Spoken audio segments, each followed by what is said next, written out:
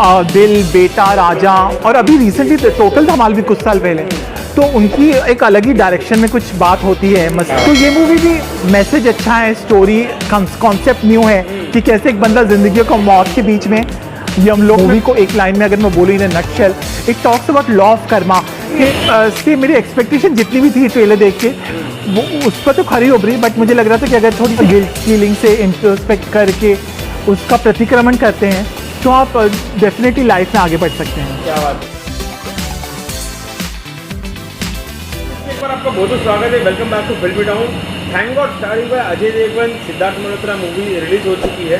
कैसी लगी मूवी, कैसा था आपका एक्सपीरियंस, क्या कहना रहेगा? देखिए, इंद्र कुमार जो डायरेक्टर हैं वो 90s से हम उनके फ़ैन हैं और अभी जब मजामा की स्पेशल स्क्रीनिंग हुई तो मैंने माधुरी दीक्षित जी से एक क्वेश्चन पूछा था कि इनकी फेवरेट मूवी कौन सी है। उन्होंने बोला था हम आपके हैं कौन, बट अगर मेरी फेवरेट मूवी पूछेंगे तो वो बेटा है, जो मैंने 500 से भी ज़्यादा बार देखी है। एक टाइम ऐसा था कि मैं 2-3 बार देखता था रोज़। तो वो जो एरा था, गोल्डन एरा, दिल, बेटा, राजा और अभी रिसेंटली टोटल धमाल भी कुछ साल पहले, तो उनकी एक अलग ही डायरेक्शन में कुछ बात होती है। मस्ती देख लीजिए, ग्रैंड मस्ती, कुछ ना कुछ बात होती है उनके डायरेक्शन में। तो उस तरह से मेरे मन में था कि इंद्र कुमार जी की मूवी है तो मुझे देखनी है। मूवी एंटरटेनिंग है, अच्छी है, एक अच्छा मैसेज है और एडिटिंग सबसे बड़ी बात, क्रिस्प है बिल्कुल, कहीं भी स्ट्रेच नहीं है। 2 घंटे की मूवी है, सिनेमेटोग्राफी भी ठीक है, असीम बजाज की। आपके एक्सपेक्टेशन पे आ गए 2 घंटा मतलब। हाँ बिल्कुल, उस पर वो खरे उभरे, मतलब he knows the pulse of the audience. Indra Kumar ji को पल्स मालूम है कि ऑडियंस को कैसे बांध के रखना। और टोटल धमाल के टाइम तो हम लोग हंस के पागल हो गए थे। हालांकि लोग उस टाइम बोले थे VFX अच्छे नहीं हैं, बट हमें वो मूवी पसंद आई थी।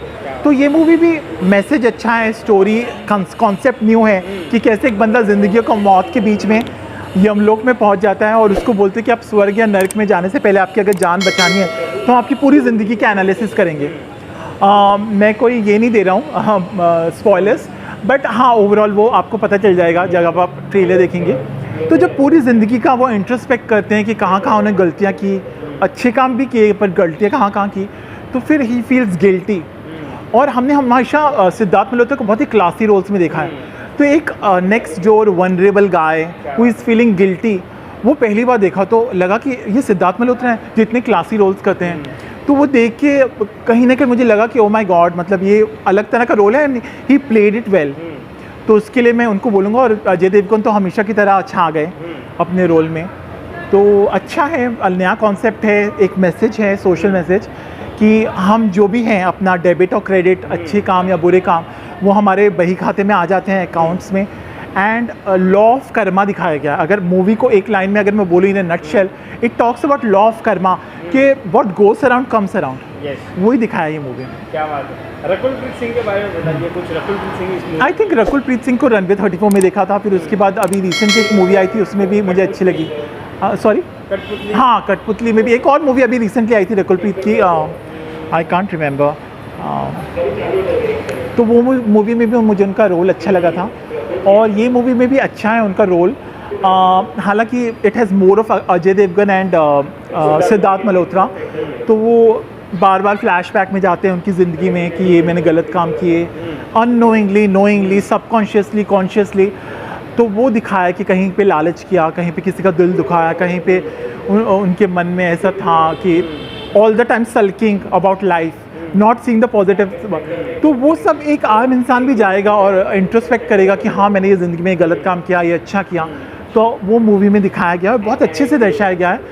बट कहीं ना कहीं बहुत स्लो पेस्ड हो जाती है। वो 2 घंटे में वाइंड अप तो किया है, तो फास्ट पेस्ड रख सकते थे, बीच में बहुत स्लो पेस्ड हो जाती है।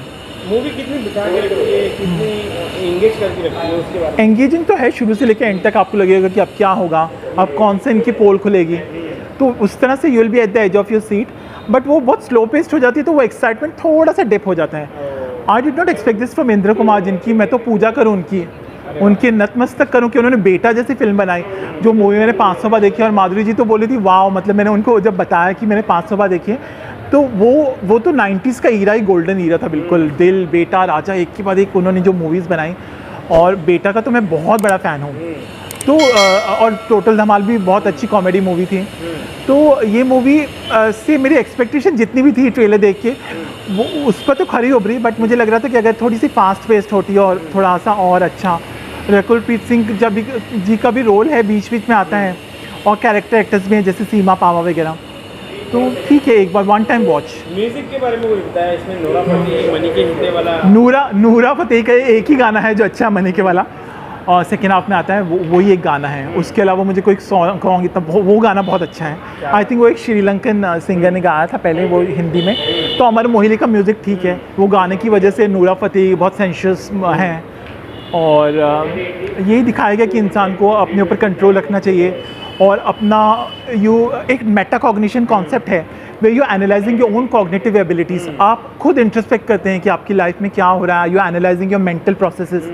तो मेटाकॉग्निशन आना चाहिए हर किसी की ज़िंदगी में, कि मैंने ये गलत काम किया, ये सही क्या, इसके रेपरकशंस क्या होंगे, और अगर गलत काम हो भी गया तो उसका आपको ये करना चाहिए, भगवान से माफ़ी मांगनी चाहिए। तो आपका जो अकाउंट्स है वो कहीं ना कहीं आप क्लियर कर सकते हैं, क्योंकि गलती, to err is human, to forgive is divine. तो आपकी गलतियाँ माफ़ होंगी। यही वो मूवी में दिखाया है कि लॉ ऑफ कर्मा इतना स्ट्रॉन्ग है, अगर आपसे गलती हो भी गई, अगर आप उसका गिल्ट फीलिंग से इंट्रोस्पेक्ट करके उसका प्रतिक्रमण करते हैं, तो आप डेफिनेटली लाइफ में आगे बढ़ सकते हैं। क्या बात है। ज़्यादा तो पूरे ऑडियंस टीम को कैसे आप इंकरेज करोगे? ऑडियंस को ये बोलूँगा कि सिद्धार्थ मल्होत्रा का पहली बार, जैसे मैंने बोला, बहुत ही रिलेटिव और रियलिस्टिक रोल है, जैसे वो एक्सप्रेशंस देते हैं, और वो मुझे बहुत अच्छा लगा। और अजय देवगन तो हमेशा की तरह बहुत अच्छे हैं। मूवी एंटरटेनिंग है, एंगेजिंग भी है, बट और अच्छा execution because of slow paced और अच्छा हो सकता था, but I still go with 3 stars. क्या बात है। क्योंकि मेरी एक्सपेक्टेशंस इंद्र कुमार से बहुत ज़्यादा थी, तो मुझे लग रहा था कि पता नहीं क्या होगा, बट ठीक है, अच्छा है फिर भी। वन टाइम वॉच डेफिनेटली है। क्या बात है।